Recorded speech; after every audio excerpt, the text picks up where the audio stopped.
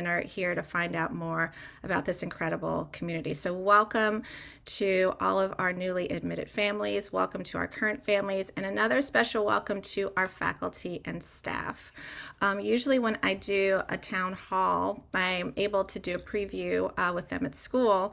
And because of the busyness of this past 2 weeks, we weren't able to do that. So lots of faculty and staff are here tonight. And if you would give them a huge, huge, huge round of applause virtually, or I'll give you another opportunity to unmute and just say thank you to this amazing group of professionals. Thank you.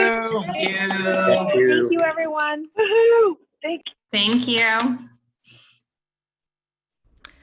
So I am going to jump right into our agenda and let you know how we're going to spend our time together tonight.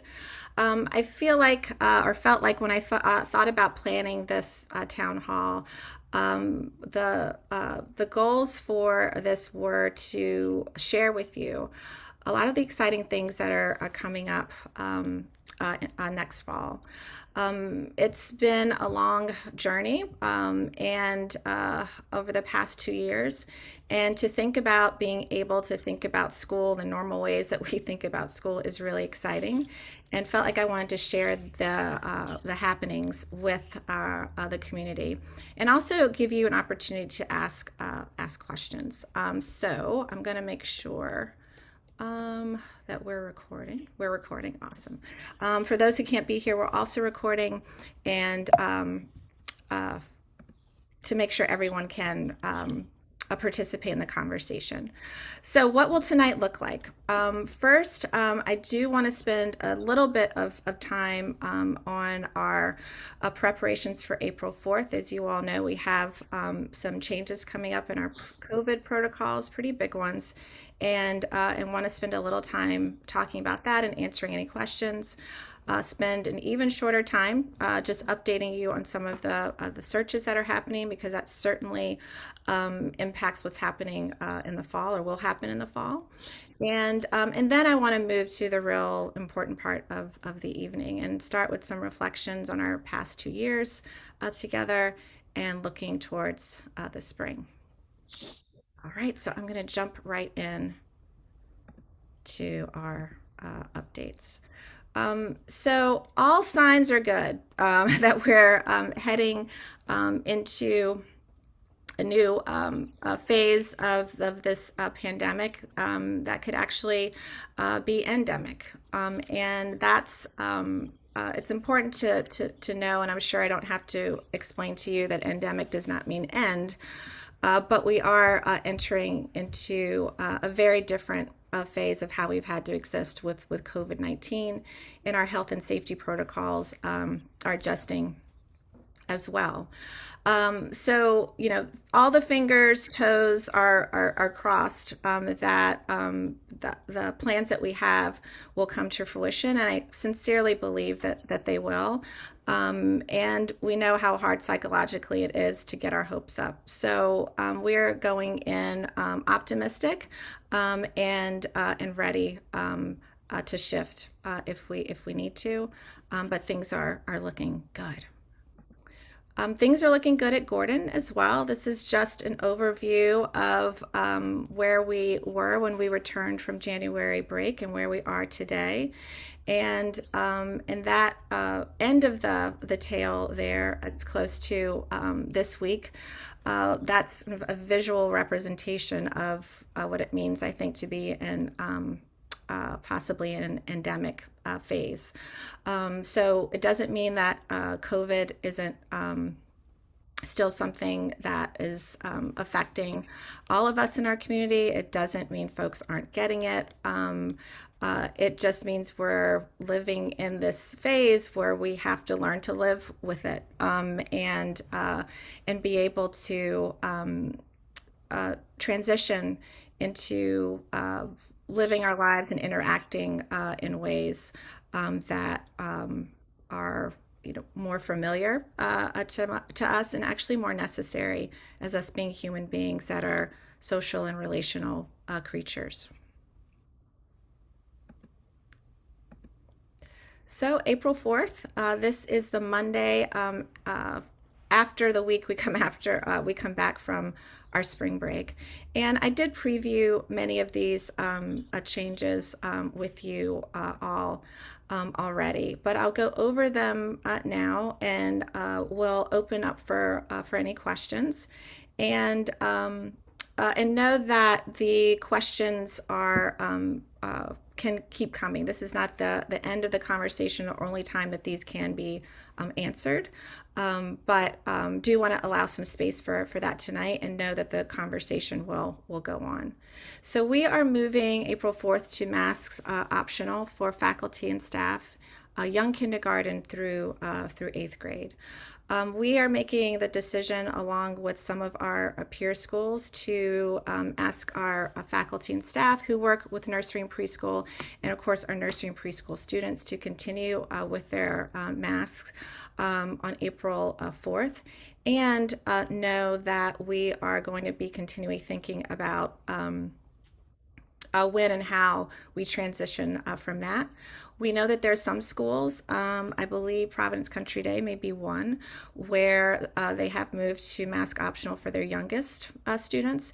And that's going to be great for us to understand how it goes and learn from. And if you're connected to other schools that are mask optional or have been for a little while, we'd love to hear what you're hearing, because we're kind of stepping into new territory here. And I'll talk more about all the implications of that after I go through the rest of the changes. So we are requiring rapid testing following spring break. So I believe they're in good supply and you can get them. It would take a heavy burden off of Nurse Mary and the school if we weren't having to do a lot of those Monday morning after the break. But if you absolutely are having challenges with that, please let us know. I shared that contact tracing will end, and that simply means that if there is a positive, in the class, or we're looking at particular groups that students are a part of, that those students will be considered close contacts. We'll notify families and go from there. And for the vast majority of our families in our community, it would mean that the students could still come to school, faculty and staff could still come to school, close contacts, not the positive, could still come to school. And for students who are not vaccinated, we do have a shorter quarantine, a period that should be less burdensome for families and students alike. Our on-campus surveillance testing program will continue, and that's been recommended by the Rhode Island Department of Health. For Gordon, we are going to allow vaccinated adults, so that includes our faculty, staff, parents, caregivers, to enter the building without having to show the green pass. We are trusting, and you all have demonstrated this in droves, that you have the ability to be in integrity and to be thoughtful about our community and our commitments to one another.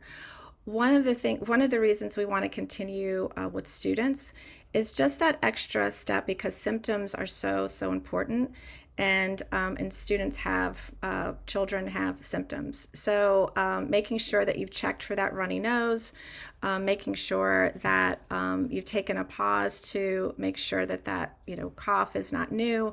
That's going to be really important, and we want to continue that check-in for students. And again, as with all things, we'll continue to review and evaluate.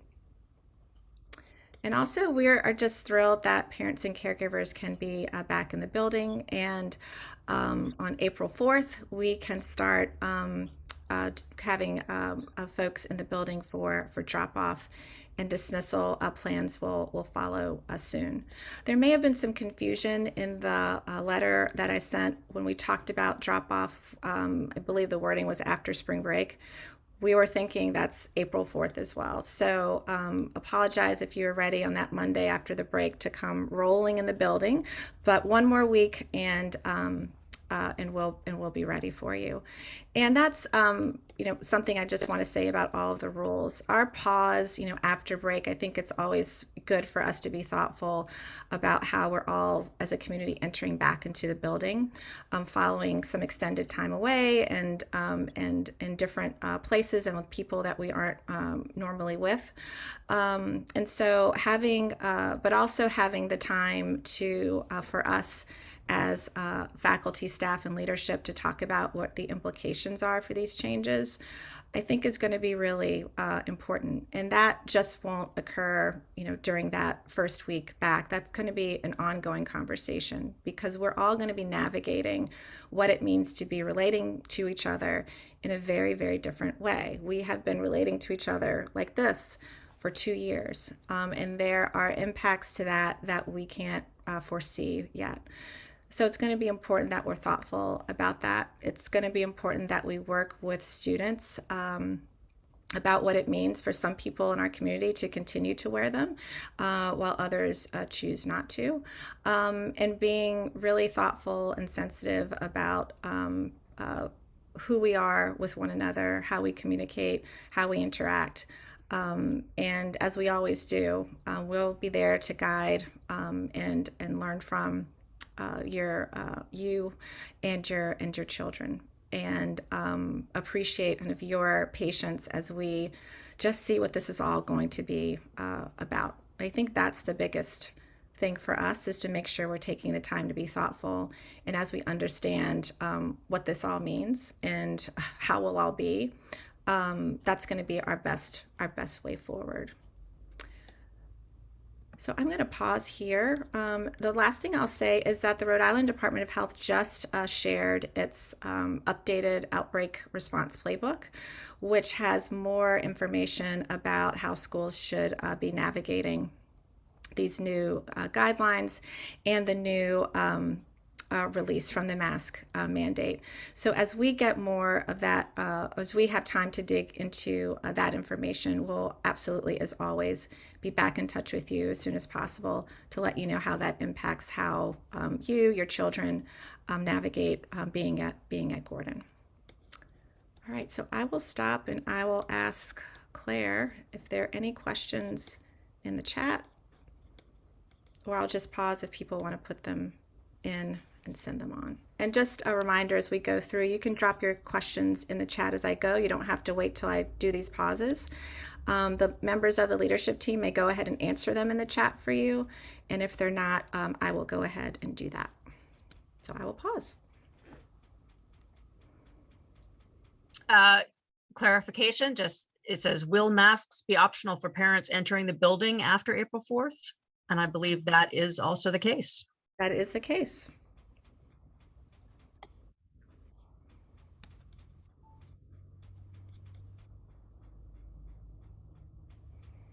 I'm wondering about the comment is, thank you for mentioning those who will continue to mask due to their own health conditions or those of a family member.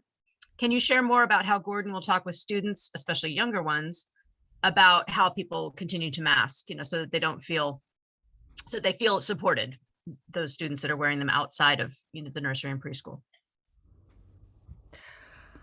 Well, I think it's going to be grounded. I know it's going to be grounded. And I will say that the week that we return is we're planning on meeting as a full faculty and staff, and then in divisional meetings to really dig into the specifics of planning in that conversation. What I will say is that Gordon has, I think, a really good track record of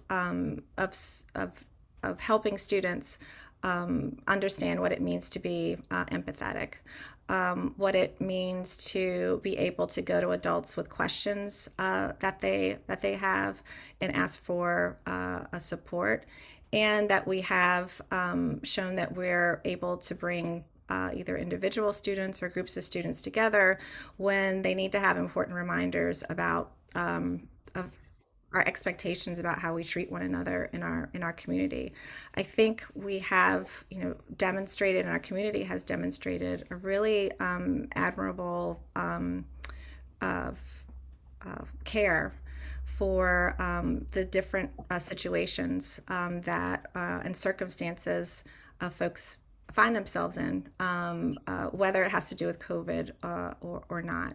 And one of the things that I'll be talking about in terms of the focus that we need to have on students' social and emotional wellness, I think is going to be an important part of that work. So the ways that we'll talk about masks are the ways that we talk about race and gender and the ways in which we walk into the building with different values, different identities, different experiences, and how we have a place that it's up to us to create the place for everyone to belong. And we'll always follow up when we fall short or our students or adults fall short in that respect. There's also a question about whether or not individual individual faculty would be able to determine whether their class wears masks with them. That's one of the open questions that we need to talk about, and it's one of the open questions that actually that we'll have to look at our guidelines. So there may be questions about if there's a positive case in the class, how do masks come back or not come back in particular situations, either for individuals or groups of students. That's an open question. In terms of faculty and understanding what certain faculty circumstances may be that would require or that, we have to deal with that on a case-by-case basis. Move on. Well, let's do that. And if more come up, we have a crack crew in the chat. A lot of questions will get answered that way. Absolutely. All right. So just a quick update on some of the searches that have been happening. As you all know, we have been engaging in search for both an early childhood and lower school director. There will be for families who will be new to Gordon next year. This is a model that existed before my arrival and that we're bringing back, that each division of Gordon School will have a dedicated division director. So we will have our third finalist on campus tomorrow. And we have our two finalists for lower school. They will come immediately following the break.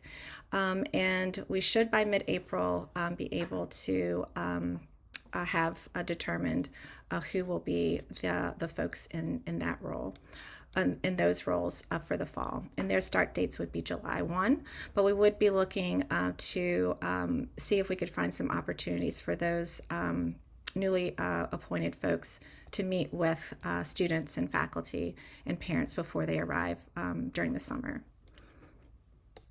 And if you have been attending the either faculty drop-ins or the parent meetings with the candidates, just thank you. Your feedback is essential to this process. And please continue to fill out feedback forms or sign up for sessions to meet with the candidates as they go on. Director of Admissions search is also happening. As you may or may not remember, Veronica Jutras is moving into the assistant head for institutional advancement and community engagement as her only title next year, and the departments of admissions, communication, and philanthropic engagement will be under that umbrella. So we do need a director of admissions for that office.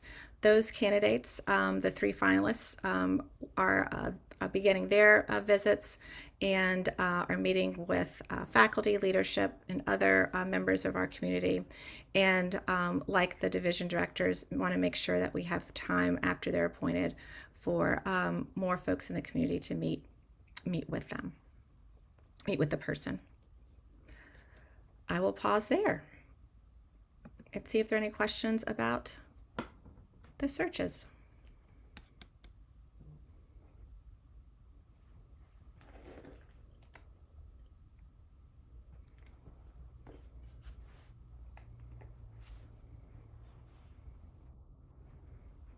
Nothing popping up on that. Okay. We will keep you updated. All right. So I thought as we look to the spring and actually think about what it might be like this spring and this fall to be interacting with each other and doing school in ways that feel more familiar. It would be good to kind of look back on what this 2 years has been for us. And when I pulled up this picture from my first year, it seems so long ago. um, she looks so hopeful and but this was for me a very special and important a time to join the Gordon community, but also to have the opportunity to hear from so many folks from students, from faculty, staff, to parents, trustees, everyone, alums, former parents, about what a special community Gordon is, and the opportunities that lay ahead.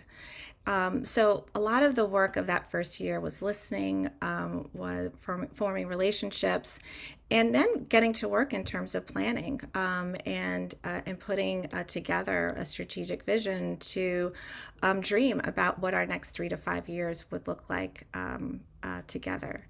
But throughout it all, even the strategic visioning process, almost every conversation I had about what makes Gordon Gordon, the community was central to that. And it's what we talk about with families we want to welcome into in our community, and it's a guiding light in terms of how we enact and fulfill our mission. So that year was, I think, met all of the expectations, exceeded the hype in terms of why Gordon is Gordon. And I felt very privileged to be leading Gordon at that particular time. Year two, ready to go, whether on the dance floor or in the classroom, on the stage. A lot of work in terms of thinking about what do we need to start to put into place foundationally to make sure that we can launch and implement the plan that we worked hard on the year before. And then this is the second half of the year, and really, a tale of 2 years in some ways. And I think we all have a new relationship to time in the pandemic. But being able to go through photos and remember where we were at particular points along this timeline is really something I recommend everyone do. I did it just in preparation for this night, and it really brings into close view what we've all been through, and what it's taken to create what we have created over these past 2 years. And this, I think, the first that end of that second year, kind of the first iteration of Gordon School in a pandemic, the online learning community. And then year three, reopening and moving out of lockdown and into a school year that had to be very, very, very different than how we'd ever done school before. And again, thinking closely always about how are the ways that we are going to remain connected in this iteration of Gordon. And a lot of that had to do with having fun, at some points not taking ourselves too seriously, in other ways taking things very seriously about how we navigated the building, what even materials we could use. In early childhood, blocks had to go into storage, and plastic had to come into the room because it was the easiest to clean. And in all of these, choices that we had to weigh against our values, our pedagogy, and the real reality of keeping every single person on our campus safe. And I will, just pause here again to just thank everyone in this community for the work that you did and still are doing in order to keep that at the front of our goals for navigating this crisis. So there was a lot of fun in 2020. It was really hard in lots and lots of ways. And the exhaustion is real. So looking at this year, again, it's kind of like that year too. Could be, fingers crossed, another tale of 2 years as we come out of spring break. That second year we were leaving and not knowing whether we would be back, and we weren't. And now we're going with the hope that we will come back in ways that feel that we can be that close-knit community that we miss and long for deeply. So in the space of this time, and considering all that's occurred and all of the choices that we had to make, it's we are entering into a new season. And I've been calling this the season of feedback.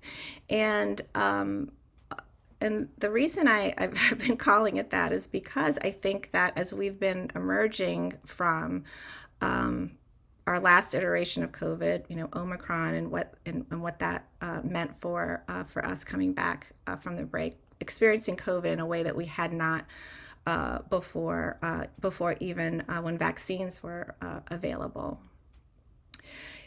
is that many in our community are thinking about kind of what's next in terms of how we're going to be together, what's next in terms of just school, academics, and the things that we chose Gordon for.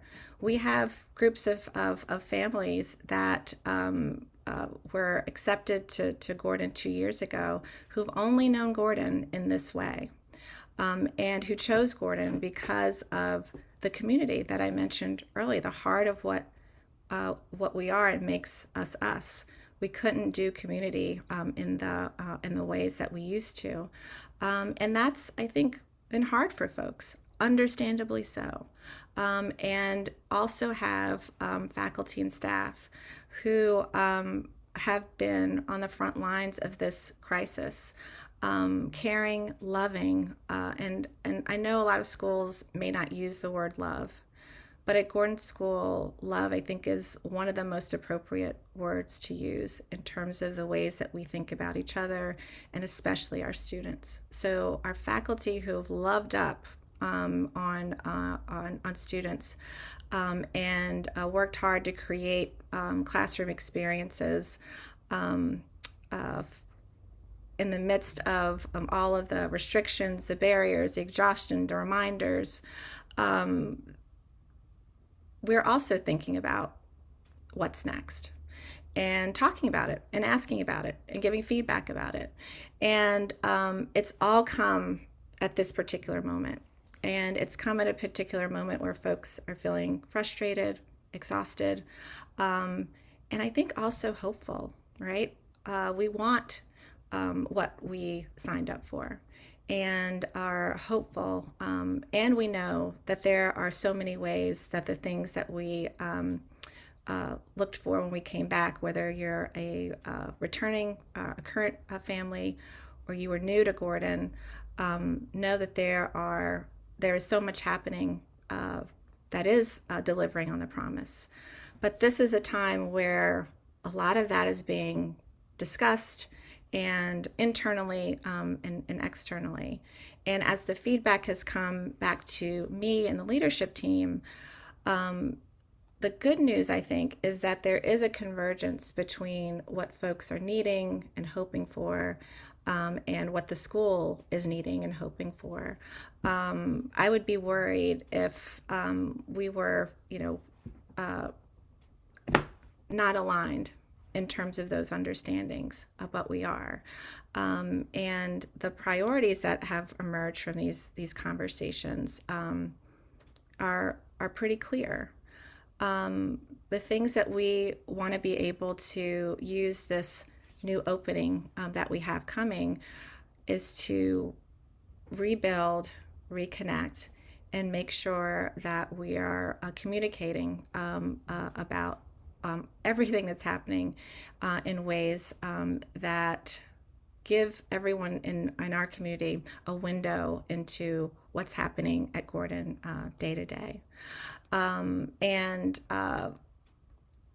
that work is hard, and Gordon has it in its DNA to do. And so, as we have the things available to us that were not available for the past 2 years, I'm confident in our ability, and I'm excited about our the prospects of the ways in which we will deepen our community bonds and our connection. This is no surprise to anyone that we have really no idea what the impact of these past 2 years is and will be on our children. We see manifestations of the trauma in different ways, but we still don't know. We are still in it, right? And so making sure that we are deeply attentive to how children are doing socially and emotionally, how their mental health is being impacted, is going to be essential to doing school. And we are a school, and so we are welcoming the opportunity to dig into and to think about and to dream and imagine what our academic program could be, what the day-to-day classroom experience should look like as it aligns with our mission and our identity as a progressive nursery through 8th grade school. Right now, as we're coming out of, thinking about, each day, health and safety measures, we'll continue to think about those. They're essential. And the bandwidth will be opening up soon to really be able to collectively think about our program and get back to planning and strategizing and imagining about what Gordon can be. I think the foundation of all of this has to be supporting faculty and staff of wellness. As I said, that's the front line. That is from the snow that needs to be shoveled when there's a storm, and air conditioners that need to be checked to make sure ventilation is what it needs to be, to what's happening in our science classes, to what happens on the stage in athletics, athletic courts and fields. So making sure that the people that are caring for and stewarding our children, that they are cared for and stewarded, is a deeply important and essential part of all of this. So it would be great if we had a plan for all of this, right?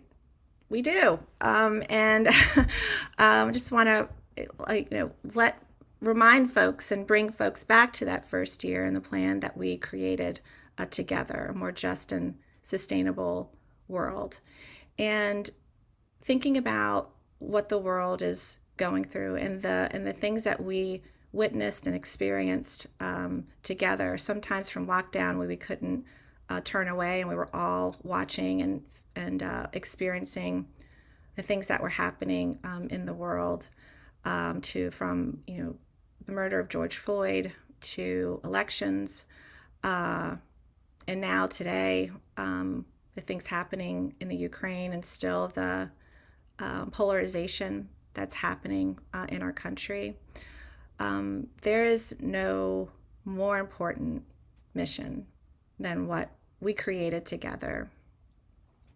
in my first year at Gordon School.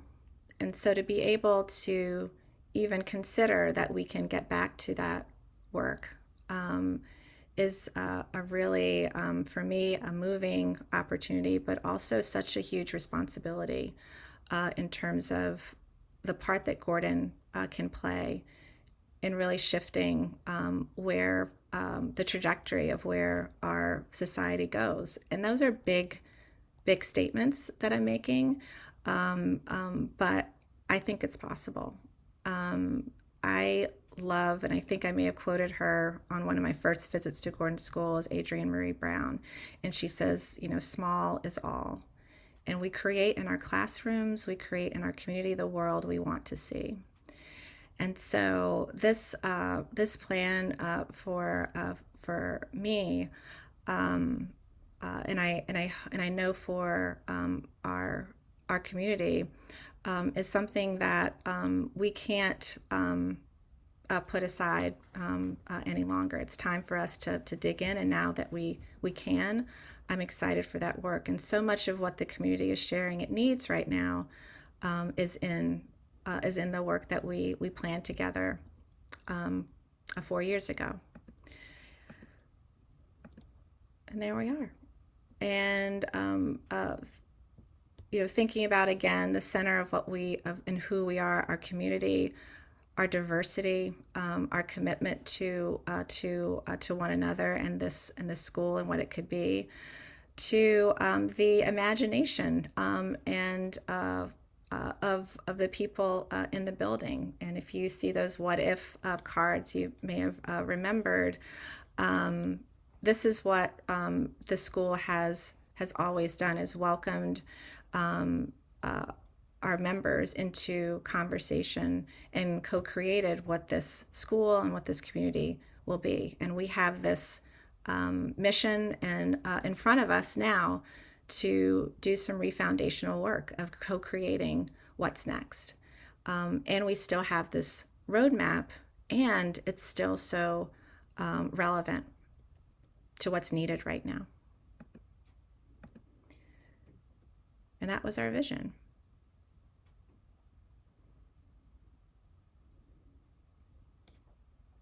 And the today was an important part of that vision, that we would not have to, our children would not have to wait to be in high school or beyond to do the work. We wouldn't have to wait. We could start this work now. And COVID had different ideas, but we are paused, but we're also, I think, after some rest, ready to launch. And these were the how. How will we kind of reach that very lofty but important goal? And based on again the priorities that I shared earlier, where the focus will need to be as we go forward are on number 2 and number 4. Thinking about what happens in the classroom, how our teachers are supported, how we align ourselves more closely with our progressive values, and looking at community. And parents and caregivers have always been an essential part of the Gordon secret sauce. Families have talked about and shared with me in that first year and beyond that they have learned as much and grown as much as their children over their time at Gordon School. So being able to have that family-centered approach and a very responsive listening to what's needed was already a part of our plan. And thinking about how we would more closely align ourselves with our progressive mission and pedagogy is also part of what we talked about and planned for those years ago. And so I'm not going to read all of this, but a lot of the things that we felt were important in terms of what was next, talked about thinking about time differently, breaking down barriers between disciplines to always make sure that our commitment to diversity, equity, inclusion, belonging was never separated or seen as apart from academic excellence. And so our tagline is so much more than that, because what it's going to take to do what we need to do in the world is courage and compassion. And those are skills that have to be thoughtfully cultivated every day alongside or inside the work of the classroom and the curriculum. So these are the strategies that we developed together. And looking at our academic schedule, looking to create a curricular strand, nursery through 8th grade, grounded in our sustainability and social justice goals, looking at assessment practices, looking at student support and academics support, making Spanish a real part of the Gordon identity from early childhood and up, thinking about how we're using our spaces, and absolutely, again, making sure that parents are partners with us in that process. It's like I had to go phew when I look back at this because how much revision would need to happen over the time that we created this. And we do have to look at it and make sure that it's still relevant for the next 3 to 5 years. But this seems to match up. And so we have been working, and even in the midst of all that has been happening around COVID, I'm really excited to share that so much of what we had hoped for is moving forward, and we have to have the infrastructure in place to make sure that we can do what we set out to do, and the schedule and staffing is an infrastructure for that. And I'm happy to share some things with you about the fall. So we will have a new academic schedule in all 3 divisions, and our assistant head for teaching and learning, Alethea Dunham-Carson, has been working with our scheduling committee to select of a few options, the schedule that is going to help us achieve the goals that we have around a curriculum, around health and wellness of our students, and time and space for faculty to be able to do the things that are going to create the schedule, that the experience, the day-to-day experience that we know is important for our students, but also think creatively about what's possible to create down the road. And so having a schedule, and after the break, there'll be opportunities for you all to learn more specifically about what the schedule looks like. But our goals are to give more time in the school day that will facilitate more project-based, interdisciplinary, experiential outdoor learning, create a less hectic day, speaking about the social emotional well-being of students, allow for more effective differentiation. And what that means is that something like project-based learning allows for students who need more support to learn alongside those who need more challenge. And so breaking out of these short blocks and keeping an eye on the number of transitions that students that are required of students and faculty each day gives us the opportunity to serve our students better and allow faculty this time and support that they need to do their jobs thoughtfully and well. So and this less intense schedule also provides the time and space to think about effective communication, because what's important is for, if families are partners with us in the learning of children, you need to know what's happening in the classrooms, and not in a way of kind of reporting out, but in a way of partnership and opportunity. We're doing this in the classroom. What opportunities might there be for parents, for families, for grandfriends to be a part of that learning? And staffing, again, the division directors I think will be huge in terms of having dedicated leadership. That means students, families, faculty, and staff can be held more powerfully through their journey.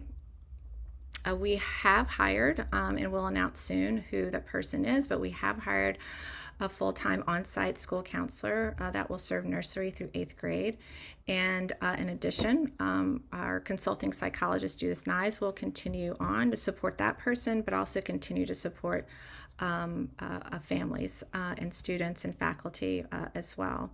So that's a dream team in terms of psychological support and wellness at our school, and those are services that could be direct, but also support for teachers as they're navigating what may be a difficult classroom dynamic, challenges with students, or just their own kind of check-ins in terms of how they're doing day to day.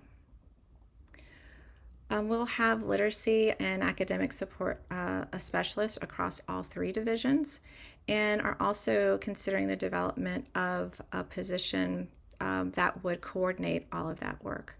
So I think public schools are probably way ahead of the game of independent schools in terms of how to provide integrated services that involve perhaps the counselor, learning specialist, outside support, coordinating that follow-up, and making sure, again, that students who can be successful at Gordon with the right support can be at Gordon School and not feel that they have to leave in order to be able to have the supports they need in order to be academically successful. Again, if we're going to talk about a progressive interdisciplinary education that has be happening in early childhood, and if Spanish is going to be an important part of our identity as a school, we have to have the staffing to make that happen. So looking at Spanish, and right now we have art and music specialists in early childhood, and continuing that model moving forward is very exciting. We also will have curriculum coordinators for each division, and they will work together with Alethea to partner with teachers in thinking about the connections within the divisions and throughout and through 8, and also thinking about the ways in which we evaluate a curriculum and look at places where we're doing well, and how can we use those lessons to think about places that we want to strengthen. Our writing program, as we go through the school, is something we want to continue to think about, and we have always, I think, looked at areas that we want to strengthen seriously. Thinking about our math program and science, and thinking about a focus of writing, I think, is important. One of the things I want to say before this last one is that one of the great happy points of March for us as a school is when our 8th graders start to hear from high schools. And 100% of our 8th graders have gotten into their first choice high school. The 4 years I've been here, and I know for the years previous to me, schools look for, want Gordon students. They are prepared, they are ready for the challenges of high school. And more importantly, they are critical thinkers. They are students who are folks that other kids want to be friends with. They are able to challenge their friends around difficult conversations by calling them in rather than calling them out. And so I'm always proud to share about what our alums are doing and the strength of our academic program. And like any institution, we always, a school has to be a learning institution and community. And there are things that we always have to explore, and you have to have, as I said, the infrastructure to do that. So having curriculum coordinators is a piece of that work, but always done in collaboration with our teachers. And the last piece I'll say is that we had a lot of turnover last year, and no one leaving because they didn't want to be at Gordon. And a lot of folks ready to retire, which made a lot of sense. And it was hard to see those folks go. It had been a long time at Gordon School since we'd had that kind of a number of folks move on, and also folks who had been at the school for so long. And so I think that hit us on an emotional level, and our community, our entire community, not just the faculty and staff at Gordon. And we had an opportunity to think about a diverse teaching body. So we did make a priority to have teachers come in who were earlier in their careers. And we have benefited immensely from that, from having a wide range of experiences and backgrounds has only made us stronger. And as we're coming out of this period and want to hit the ground running in terms of the goals that we have for our community, we have committed to, if there are openings at Gordon next year, and we do not expect to have many, which I think is important to know. But we are going to look for more experienced faculty in this round. We have the supports and are prioritizing the supports to put in place to continue to make sure that our newer teachers are feeling strong about what being a part of Gordon, about their practice, and continuing to grow their practice. And that alongside, if we do have openings, having more experienced folks in the building is going to be helpful. I'll pause there before I go to number 4 for any questions.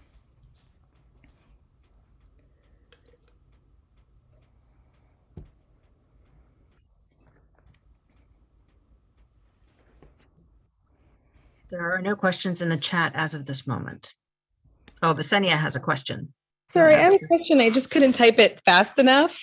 But I wondered, Noni, you talked about all of the sort of great work that's been going on aligned with our strategic priorities alongside all of the COVID craziness. I wondered if you could talk a little bit about the task, like plans for talking to the community about the task forces that have recently taken place. So the last year's one on Black and Brown boys and the study this year on belonging, and just what the opportunities are going to be to sort of talk and share more about what we've learned from those inquiries. Sure. I have it planned to address later in the presentation. Is that okay to move on? And I promise if I don't make good on my promise, Bessinia, call me out, okay? But I do have plans to discuss that. Thank you. All right. So the other piece I talked about of cultivating a family-centered community was and is the fourth piece of our strategic vision. And this really came out of the idea of, or conception of Gordon as a community center. And what are the things that families will need in this new world? And we didn't know that new meant new in terms of what we're experiencing now. But we did know that things were changing and were shifting. And the ways that I grew up and experienced schools are very different than the ways that our children are today. So what do we need to be thinking about in this particular moment, and how can we be responsive to those needs? So this work, the previous slide that I shared. I'm going to mute somebody. Just funny how many people asked about when is hot lunch coming back.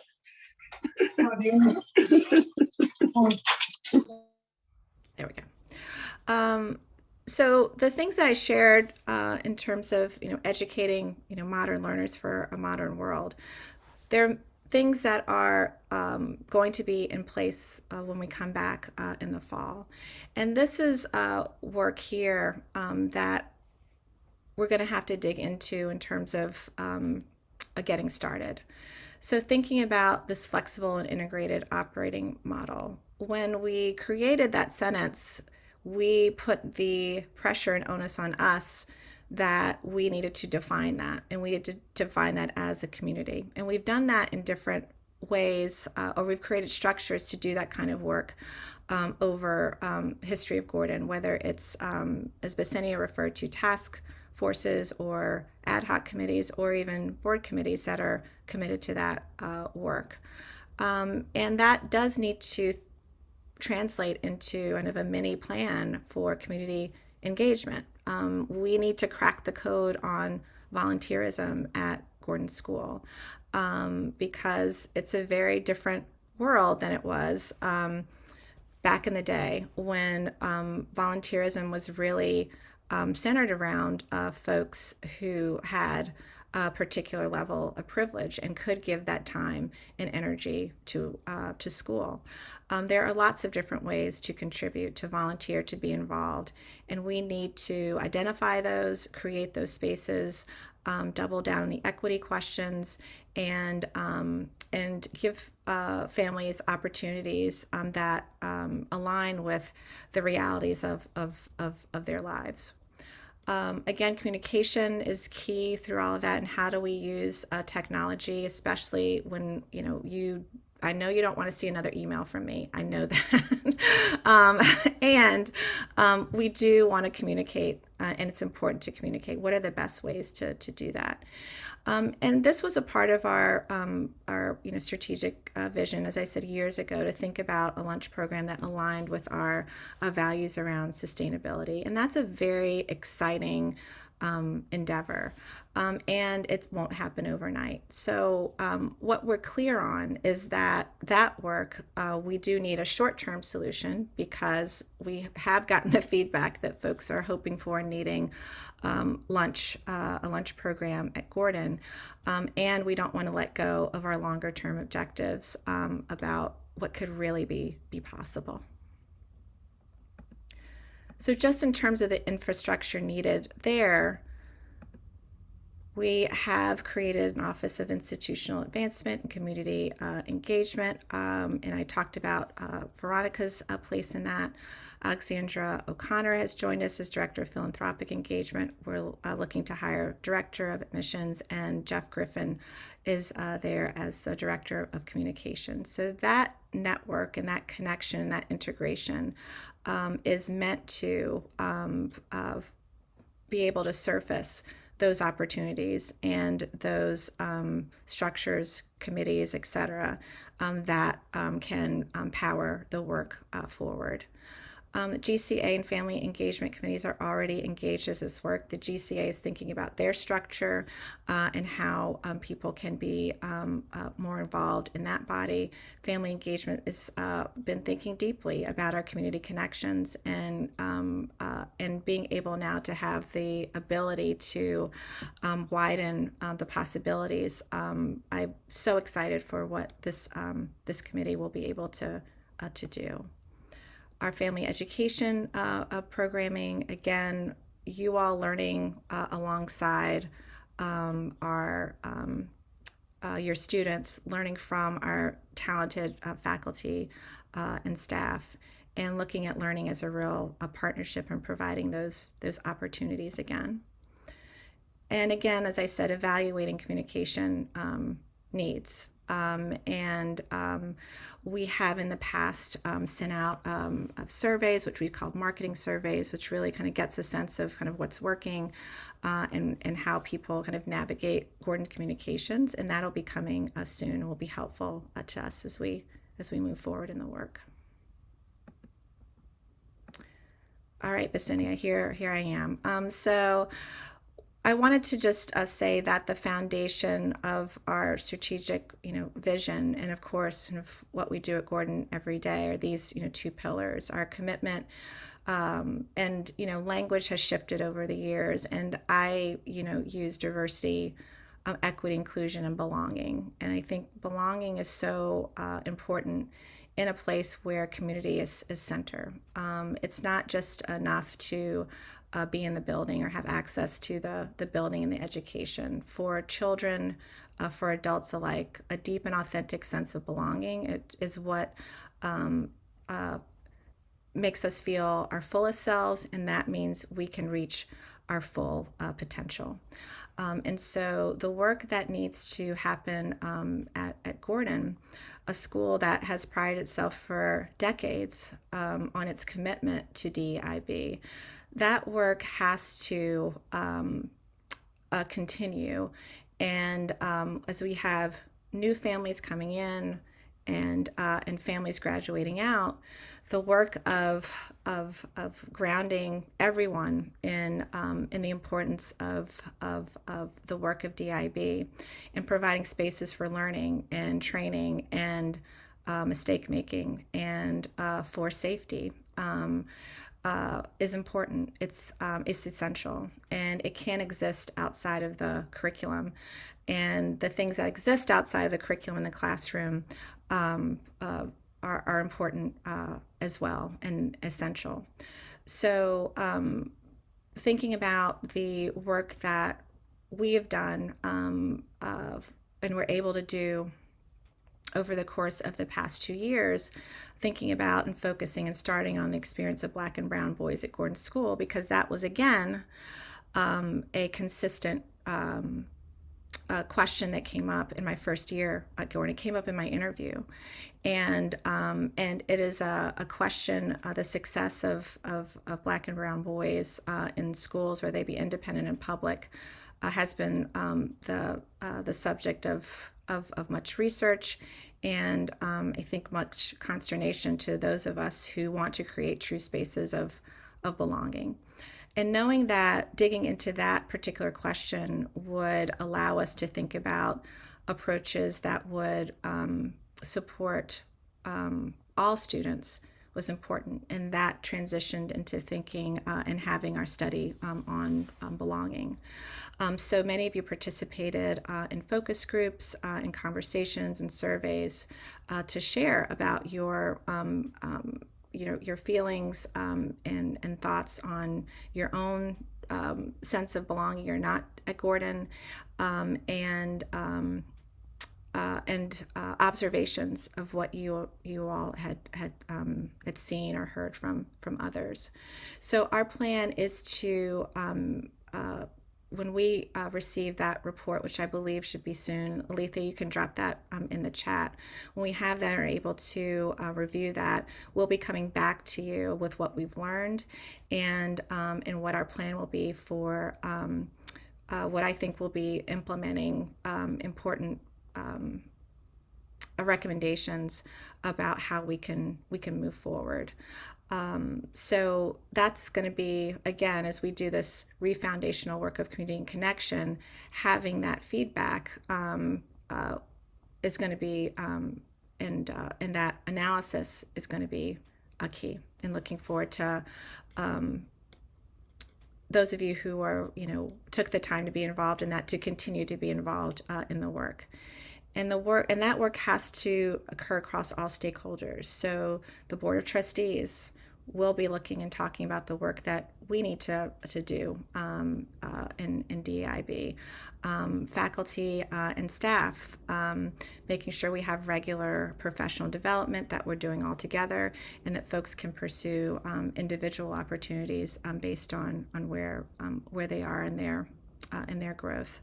And of course, students and what happens in the classrooms. And also, we'll always be welcoming families into, inviting families into that work. And I, my hope is that if it's, whether it's on Zoom or whether it's in person, that you'll find a way to engage. Zoom has been hard. I looked at that grid of us together in year 2, and I remember everyone loved to go to a Zoom happy hour. Then it was the greatest thing ever, and not long after, no one wanted to do a Zoom happy hour. But I think that what Zoom has given us is some accessibility, right? To be able to offer the things that used to be offered at times that were hard for people and work schedules. Zoom gives us that flexibility, and we also need to be in person. So thinking about the H word, a hybrid model in terms of how we engage with families will be important, and you all be an important part of that conversation to help us think about what works best when. The last thing I'll share is, our vision for sustainability is really important, and presents a really important opportunity as we move under this endemic phase. So much about choices that we made individually and as a community had to be compromised, whether it was individual utensils for eating, to shutting down water fountains so we couldn't use water bottles in the building. So much of what we wanted to start putting into place as expressions of our commitment, we had to put a pause on. And the work of thinking about programs across our school and our campus, we're going to be opening up that conversation again. I'm excited about the Beyond COP21 symposium in October. The fact that we'll be able to partner with public school students and engage in thinking about this work together, I think will be a really important moment for the community, and we'll be inviting you all to be involved, whether it's presenting a workshop or connecting us with community partners. It will be an all hands on deck opportunity, and the planning will start actually soon. And so for those of you who reached out before when we plan to start in April, please know that we have that, and we will be reaching out to you. I'm going to be meeting with the small group that started the planning and think about what the planning group looks like moving forward. And there are other opportunities from lunch to thinking about composting, which a first grader wrote me a letter advocating for a composting program at Gordon. So I have to follow through on that one. And we'll do that together. So I just want to name that the pauses that have had to happen in some areas have felt hard. And as I name all of these, things that we want to begin to plan for again, I'm thinking about my faculty and staff in here, and that it could feel overwhelming. So there has to be a process of prioritizing, but with an infrastructure that allows us to have more planning time, to have time to think and reflect on what we're doing, what's working, what we want to grow and improve, and how we can bring our students and families into the process, is going to be really generative work. And I'm excited to begin that again and to invite you all into that. It's an exciting time. And as I said, rest is necessary, and appreciate patience and grace around that. But in many ways, this year has felt harder than last. And as we're able to kind of brush off our shoulders and get back in the ring, it's going to be important that we can feel like we're partners in that work, and that requires a understanding of where we're all at right now. And if you don't know where someone is at, you can just ask. I think we have all at Gordon feel a sense of being able to be honest and open and direct with one another. And I think that's going to be a really important part of being able to be successful in this work moving forward. I will pause one last time. There's a question in the chat about what the plans are for enrichments, after school enrichments coming back in the fall. Tom, I don't know if you have a answer for that yet, or if we're still planning. We fully expect to have enrichments back in the fall. And we're looking to see if we can have a reduced schedule in the spring as well. But we fully expect all enrichments to be back in the fall. Thanks, Tom. There's a follow-up question to that. And perhaps related the return of Gators and YAP on conference days. For next year, absolutely. That would be, they're called Gator Days, for those of you that don't know, and they're often had been held on days where school was not in session, but it was not a federal holiday, and that all had to be put aside as well. And this would be a great time to say we've expanded our summer camp offerings for 9 weeks this year. And the last week is a little different and very exciting, that we have an offsite camp at Camp Aldersgate in Gloucester, Rhode Island. So check that out. It's very exciting, and we're looking forward to that, continuing that partnership.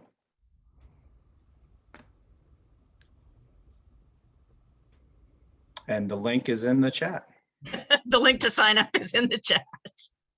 Take a moment to do that.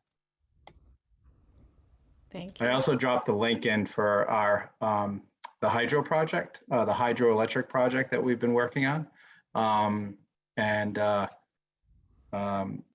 We will start seeing the credits from that in the next month or so. So we're excited about that. And our science department is excited about the curricular opportunities there as well. Yes, in fact, today I was given a project I got to give to Kush and Nick. It's a turbine that generates electricity that can be used in the classroom. So I have it in my office, and I think it'll be better suited in a classroom somewhere. So that's Nick and Kush, that's coming your way. Very cool. Awesome. Thanks, Tom. Any other questions, Claire? Will the Friday 2 p.m. dismissal be reconsidered in the coming schedule? Yes. Short answer is yes. Something that we've been talking about for many, many years.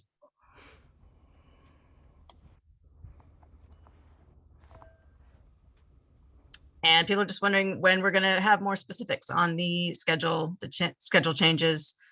Will parents have an opportunity to review them beforehand, or is it going to be handed over and shared, and when?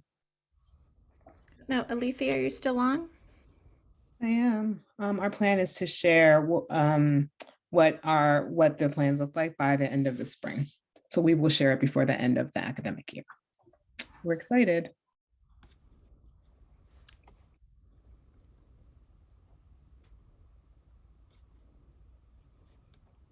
Okay.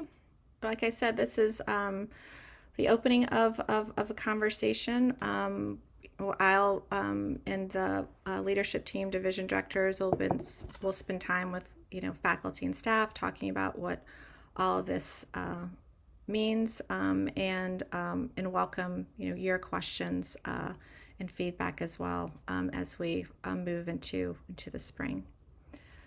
And I just wanted to end. I know that I've been talking kind of future, oriented, but we are not going to have to wait and have not waited until the fall to have a joyful learning community here at Gordon School. And the thinking about the what we've been able to do and achieve together in the midst of all that we've been experiencing and moving into a spring where even more may be possible. It's just a really exciting and hopeful time.